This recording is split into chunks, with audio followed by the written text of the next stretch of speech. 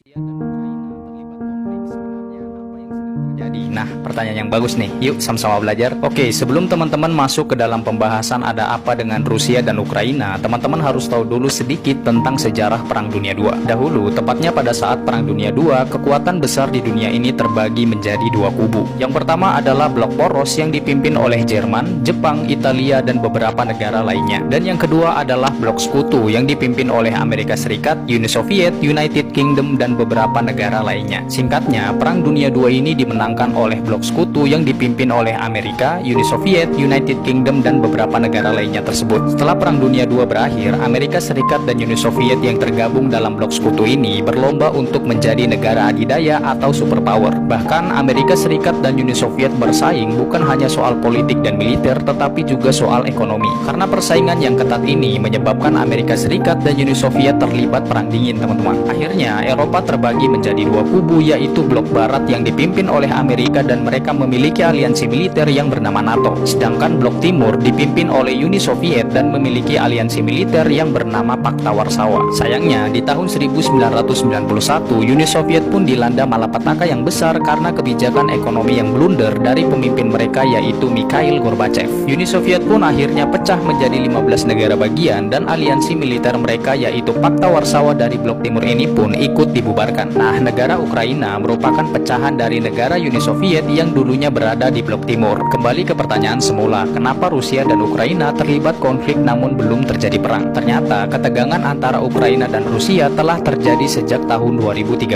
teman-teman. Pada saat itu Ukraina berusaha menggulingkan presidennya yang pro dengan Rusia yaitu Viktor Yanukovych. Karena peristiwa itulah akhirnya Rusia mencaplok semenanjung Crimea yang merupakan daerah Ukraina agar gabung dengan Rusia di tahun 2014. Tak lama setelah itu ada gerakan separatis yang pro akan Rusia di beberapa wilayah di Ukraina dan mereka mendeklarasikan kemerdekaan dari ibu kota Ukraina. Karena peristiwa itu juga maka terjadilah pertempuran yang menewaskan 13.000 tentara dan warga sipil. Nah, menurut Presiden Putin sebenarnya Ukraina adalah bagian dari Rusia secara budaya maupun historis. Dalam segi ekonomi, Rusia juga sebenarnya telah mengajak Ukraina untuk bergabung ke dalam Uni Ekonomi Eurasia. Uni Ekonomi Eurasia ini didirikan oleh Rusia untuk memperkuat kerjasama internasional dalam bidang ekonomi, khususnya negara bekas Uni Soviet. Tapi lagi-lagi Ukraina menolak dan lebih memilih untuk bergabung ke Uni Eropa dan NATO. Presiden Putin pun sangat marah karena adanya prospek pangkalan NATO di perbatasan Ukraina ini dan hal tersebut akan membuat garis merah antar kedua negara ini, teman-teman. Pihak Rusia juga mengatakan bahwa sebenarnya penempatan ratusan ribu pasukan di perbatasan Ukraina adalah antisipasi ekspansi NATO ke arah timur. Dan juga ini merupakan reaksi Rusia atas hubungan intensif yang mulai dijalin antara NATO dan Ukraina. Keberpihakan Ukraina terhadap NATO pastinya membuat Rusia merasa terancam khususnya di daerah perbatasan. NATO juga meningkatkan dukungan terhadap Ukraina dalam hal persenjataan, pelatihan militer, dan personel militer. Presiden Joe Biden juga mempertimbangkan untuk mengerahkan beberapa ribu pasukan ke Eropa Timur beserta dengan alutsista dari negara-negara yang beraliansi dengan NATO. Peluang peperangan antara Rusia dan Ukraina yang akan melibatkan blok barat dan blok timur ini pastinya masih terbuka nih, teman-teman. Dan sampai saat ini baik Rusia maupun Ukraina belum ada pembicaraan yang membuahkan hasil positif.